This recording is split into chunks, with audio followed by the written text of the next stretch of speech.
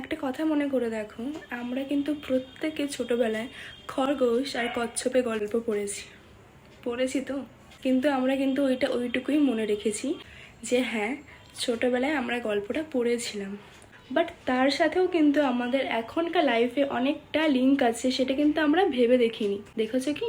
দেখোনি, আমি বলছি। দেখো, কচ্ছপ আর খরগোশের গল্পে কিন্তু এইটা একদম ক্লিয়ার ছিল যে খরগোশ সে খুব মুডি, সে তার ইচ্ছা মতন চলে। বাট কচ্ছপ সে কিন্তু নিজের মুডকে নিজে নিয়ন্ত্রণ করে, আর তার কিন্তু মুড চেঞ্জ হয় না। সে নিজের ব্রেনকে বা নিজের ইচ্ছাকে নিয়ন্ত্রণ করতে জানে।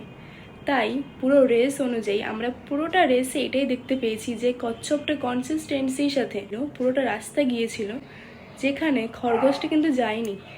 খরগোশ কিন্তু নিজের মুড অনুযায়ী চেঞ্জ হয়ে যাচ্ছিল, বাট কচ্ছপ কিন্তু নিজের মুড অনুযায়ী চেঞ্জ হচ্ছিল না।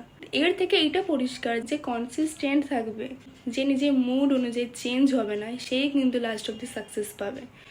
এতটা রাস্তা চলার পথে কচ্ছপেরও মনে হতে পারতো যে না, একটু রেস্ট করে নিই বা একটু ঘুমিয়ে নিই বা পরে করব, বাট সে কিন্তু সেটা করেনি।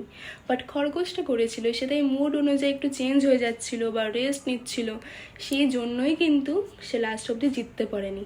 তাই এই ভুলটা তুমিও তোমার লাইফে করো না। যদি যখন নিজের মুড নিজেকে বলবে যে না এখন না পরে, তখনই কিন্তু এই গল্পটা মনে করবে যে না, যখনই আমরা পরে করি তখন কিন্তু আমাদের সাকসেসও আমাদেরকে বলে না এখন না পরে। তাই লাইফে কনসিস্টেন্ট থাকো আর সব কিছু অ্যাচিভ করো, বিকজ একজন কনসিস্টেন্ট মানুষই লাইফে সমস্ত কিছু অ্যাচিভ করতে পারে।